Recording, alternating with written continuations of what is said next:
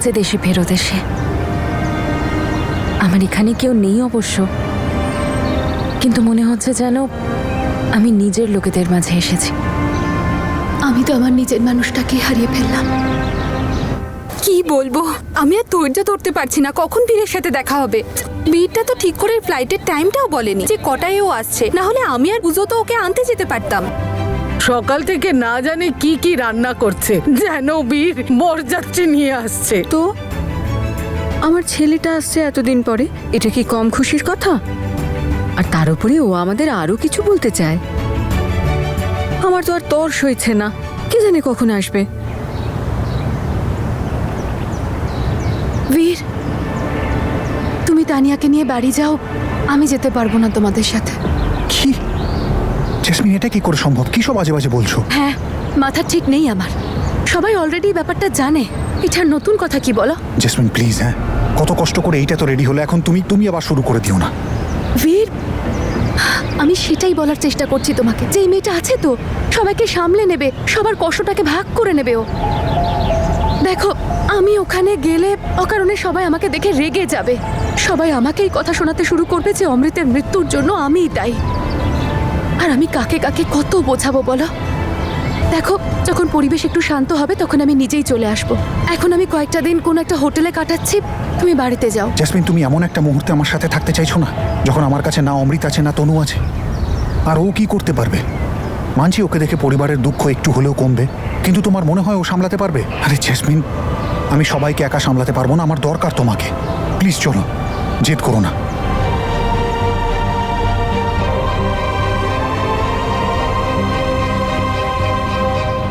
Guys, তোমরা এমনিতে তো আমাকে তনুর ব্যাপারে সবটাই বলে দিয়েছো। আই মিন, ওর নেচার, ওর স্বভাব, ওর পছন্দ অপছন্দ, কিভাবে কথা বলতো, কিভাবে থাকতো, কিন্তু এটুকুই কি যথেষ্ট হবে? আমার খুব ভয় করছে যদি কোনো গন্ডগোল হয়ে যায়। কিচ্ছু হবে না যদি তুমি কোনো গন্ডগোল না করো। আর যদি কিছু বুঝতে না পারো তাহলে নিজের মুখটা বন্ধ করে রেখো, সব ঠিক হয়ে যাবে। দেখো তানিয়া, ভয় আমরাও পাচ্ছি, বাট ডোন্ট ওয়ারি, আমরা একসাথে মিলে সব ম্যানেজ করে নেব। আর এখন বাড়িতে গিয়ে তুমি বীরের ফ্যামিলির সঙ্গে আর আমার ফ্যামিলির সঙ্গে তনুর মতন করে সুন্দর আচরণ করবে, ওকে? বীর ওখানে আমার ফ্যামিলির লোকেদেরও ডেকে নিয়েছে।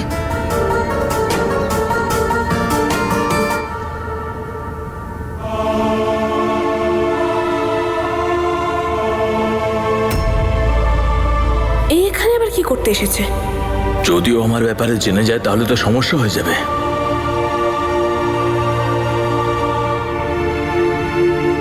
আপনি এসেছেন, খুব ভালো লাগছে আমার। খুব প্রয়োজন না পড়লে বীর আপনাকে কিছুতেই বিরক্ত করতো না। শুনছো, চা নিয়ে এসো। আচ্ছা ঠিক আছে। আমিও যাচ্ছি সাহায্য করতে। কেমন আছেন? ভালো আছি। খুব খুশি দেখাচ্ছে আপনাকে। এমন কিছু আছে নাকি যেটা আপনি জানেন আমরা জানি না? ওই আর একটু অপেক্ষা করুন, আপনি নিজেই বুঝতে পারবেন। ওই বীর বারণ করেছে তো বলতে, ও এসে গেলেই আপনি নিজেই দেখবেন। আপনার জন্যে খুব বড় খবর নিয়ে আসছে আমার বীর।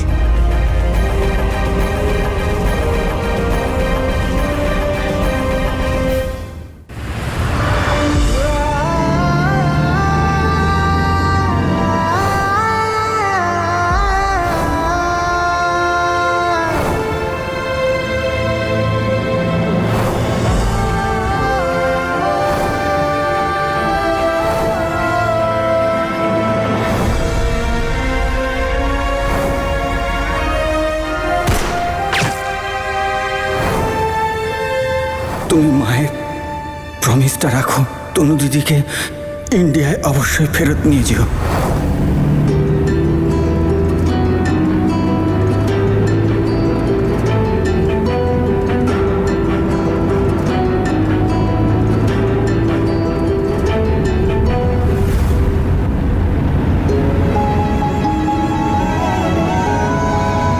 সরি তনু, তোমার জায়গা কেউ কোনোদিনও নিতে পারবে না, কিন্তু আজকে মায়ের জন্য এইসব করতে হচ্ছে। আমাদের দুই বোনের পার্সোনালিটিস একদম আলাদা ছিল। আমি সব সময় সবকিছু নিয়ে আর কি করতাম, আর তনু একদম বোরিং ছিল। তাই তানিয়া মাথায় রাখবে, তোমাকেও কিন্তু একটু বোরিং সেজেই থাকতে হবে। কি? হ্যাঁ, আর আর প্লিজ, যদি তোমার মনে হয় যে কোথাও কোনো গন্ডগোল হতে চলেছে, তুমি কনফিউজ হয়ে যাচ্ছ, তাহলে একটা জিনিস বন্ধ রাখবে। কি? নিজের মুখটা। ওকে, হ্যাঁ, ডোন্ট ওয়ারি, আমি অনেকটা বুঝে গেছি। সবার নামও মোটামুটি মনে আছে, চেহারাগুলোও মনে আছে। আই হোপ কোনো গন্ডগোল হবে না। আমি আমার তরফ থেকে পুরো চেষ্টা করব যাতে কারোর কোনো সন্দেহ না হয়। আমি বুঝতে পারছি যে আমাদের সবারই কিছু না কিছু বাধ্যতা আছে, যার জন্য এসব করতে হচ্ছে। Thank you. জানি তোমার বাধ্যতা কি। টাকা কতটা আলাদা ও তনুর থেকে। ব্যাস আর কিছুক্ষণ, এরপর আমি এই মালা খুলে ফেলবো তনু, আমার সোনা।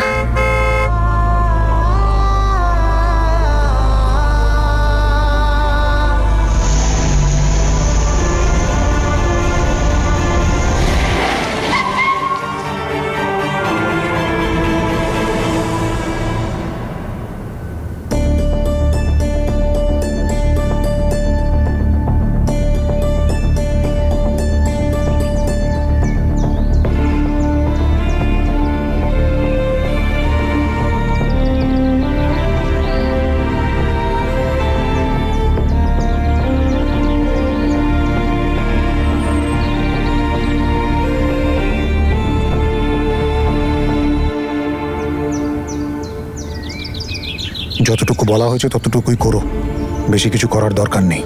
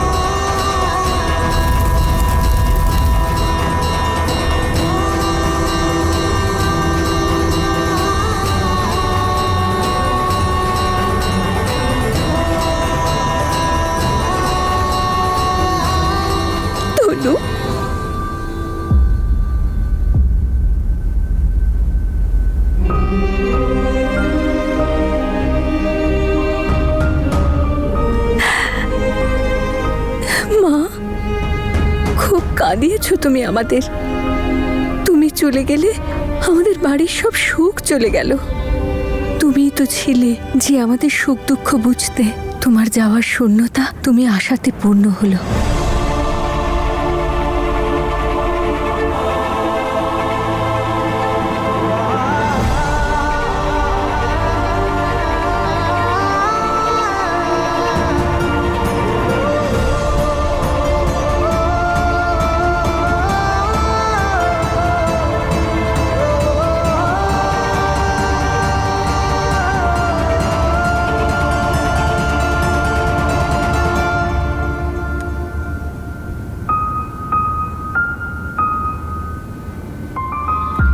দিদি,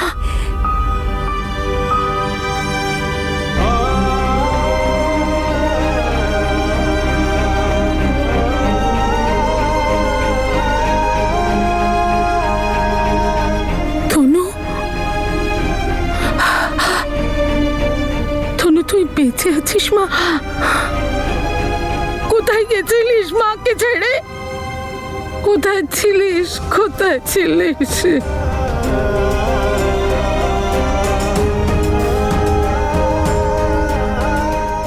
ওপরওয়ালার অশেষ কৃপা যে তনু বেঁচে আছে। বেঁচে থাক মা, ভালো থাক।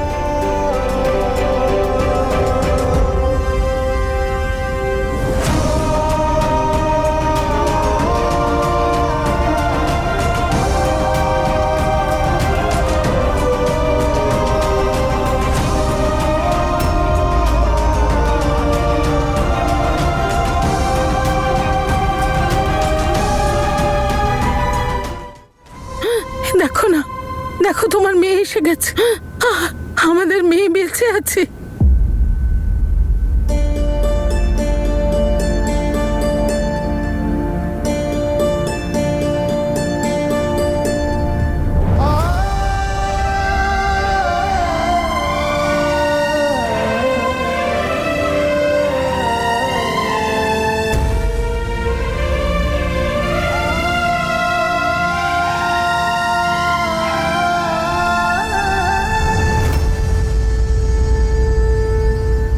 না, এটা আমার তনু নয়।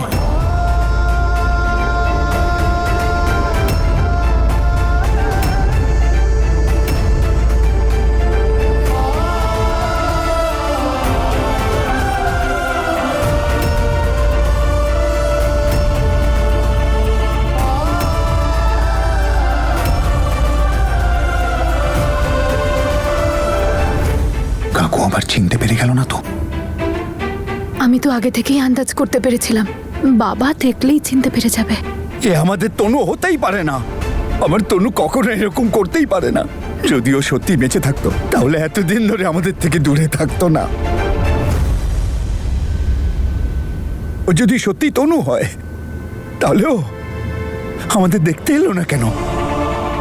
আর এটা কেন আমাদের কাছে লুকোলো যে ও বেঁচে আছে? কেন আমাদের সবাইকে ছেড়ে ও অন্য জায়গায় ছিল? ও আমার তনু হতেই পারে না।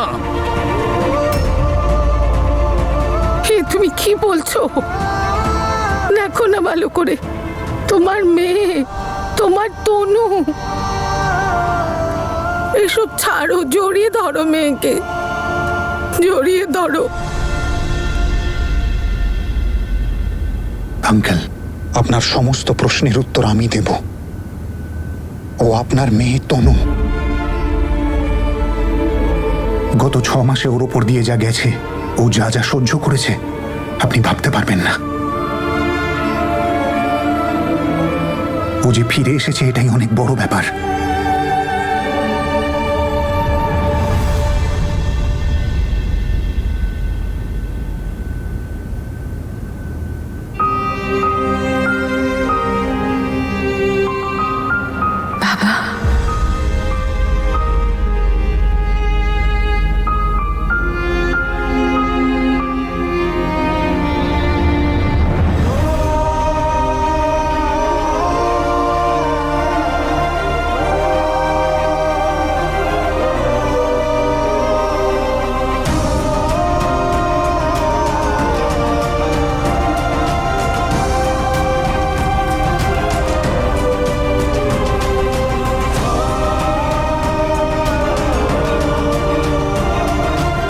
তনুর তো ব্যাপারই আলাদা।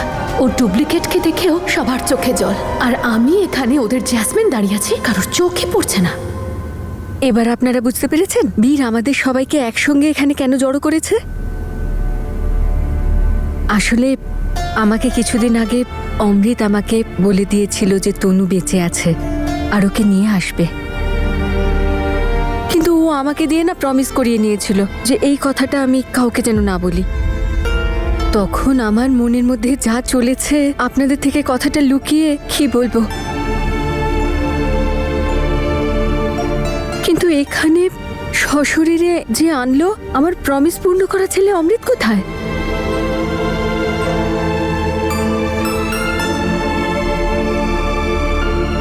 বীর, অমৃত কোথায়? ওকে বাইরেই রেখে এলি তোরা? অমৃত, অমৃত, অমৃত, আমি জানি তুই লুকোচ্ছিস না। দেখ বাবা, ভয় পাওয়ার কোনো কারণ নেই। আমি সবাইকে রাজি করিয়েছি, তোর বাবাকেও রাজি করিয়েছি, আর বলে দিয়েছি যে এবার আমার অমৃত ওর বউয়ের সাথে এখানেই থাকবে আমাদের সঙ্গে।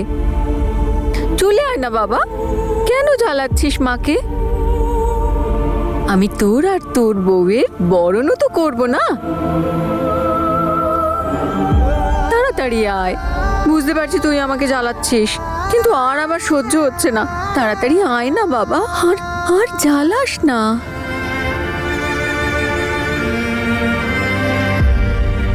এইভাবে দাঁড়িয়ে থাকবি তুই? যা ডেকে আন ওকে। তুমি বলো না একে কিছু।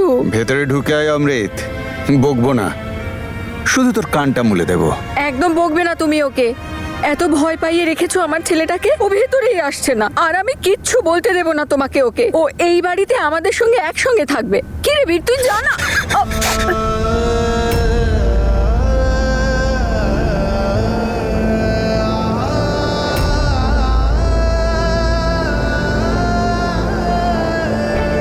বীর, বীর, কি হয়েছে তোর? কেন কাঁদছিস তুই? তুই কিছু বলছিস না কেন? আমার মনটা খুব অস্থির হচ্ছে বীর। বাবা বল, বল অমৃত কোথায়? বল অমৃত কোথায়? আমার অমৃত কোথায়? বলছিস না কেন তুই? কেন কাঁদছিস কেন তুই? বল না অমৃত কোথায়? বল অমৃত কোথায়? বল, বল অমৃত কোথায়? অমৃত আর কোনোদিনও ফিরবে না।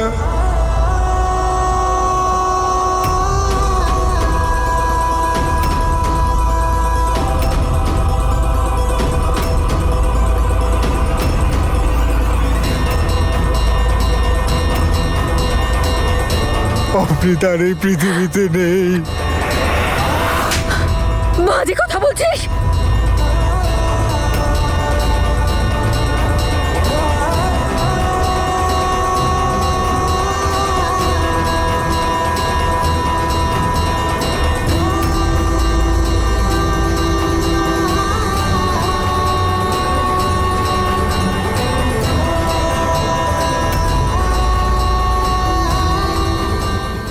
কি বাজে কথা বলছিস তুই? তুই কি জানিস তুই কি বলছিস? কি আজে বাজে বলছিস তুই?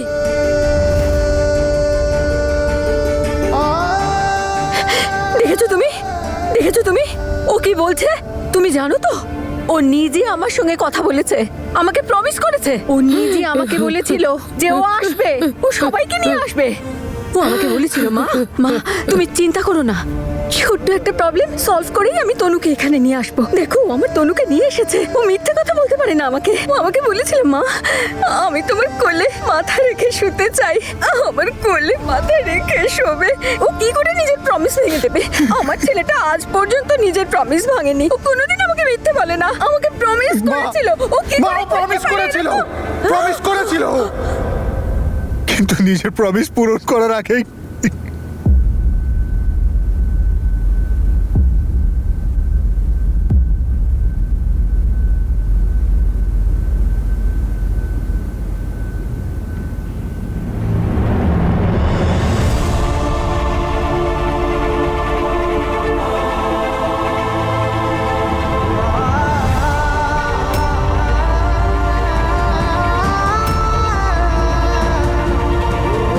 ডক্টরকে ডাকো।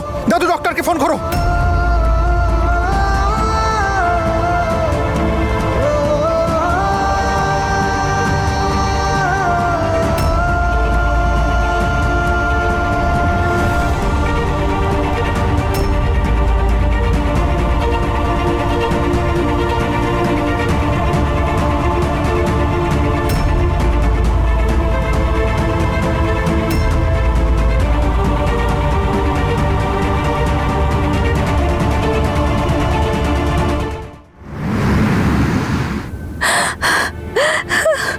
বীর আমাকে বল ওখানে কি হয়েছে আমার অমৃতের সাথে। মা প্লিজ একটু রেস্ট করো না, এইমাত্র ডাক্তার দেখে গেল। আমি তোকে যেটা জিজ্ঞেস করলাম সেটা বল, কি হয়েছে আমার অমৃতের সাথে বল।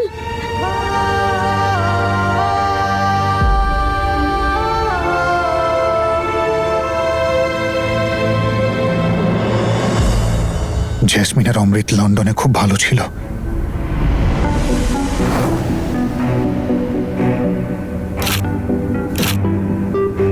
তারপর ওরা একদিন তনুকে লন্ডনে দেখল, আর ওরা আমাকে ওখানে ডেকে নিল। আই এম সরি, আমি তোমাকে মিথ্যে বলেছি। আমি লন্ডনে অমৃত, জেসমিন আর তনুকে ফেরত আনতে গিয়েছিলাম, কিন্তু তনু আমাদের থেকে লুকিয়ে বেড়াচ্ছিল। আগুন থেকে বাঁচার পর তনুর একটা ভুল ধারণা হয়েছিল যে আমার আর জেসমিনের মাঝে কিছু রয়েছে। ও মনে করেছিল যে আমরা ওকে প্রাণে মারার চেষ্টা করেছি, আমরা সেই আগুনটা লাগিয়েছি, কিন্তু সেই আগুনটা অঙ্গদ লাগিয়েছিল।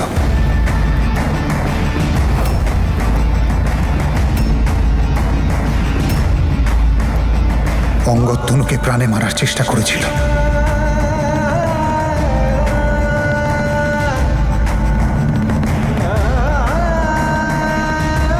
তনু সেই দুর্ঘটনা থেকে নিজেকে বাঁচিয়ে লন্ডনে চলে গিয়েছিল, আর সেখানে নাম পাল্টে বসবাস শুরু করেছিল। অমৃত তোমাকে বলে দিয়েছিল যে তনু বেঁচে আছে, কিন্তু ও তোমায় বাকি কথা বলতে পারছিল না, কারণ তনু আমাদের বিশ্বাস করছিল না। আর সেই কারণেই ও তোমায় বারণ করেছিল কাউকে কিচ্ছু না বলতে। আমরা বড় কষ্টে তনুকে বিশ্বাস করাতে পেরেছি যে আমরা কিচ্ছু করিনি, এই সব কিছু অঙ্গদের কাজ। কিন্তু অঙ্গদ সব জানতে পেরে গিয়েছিল।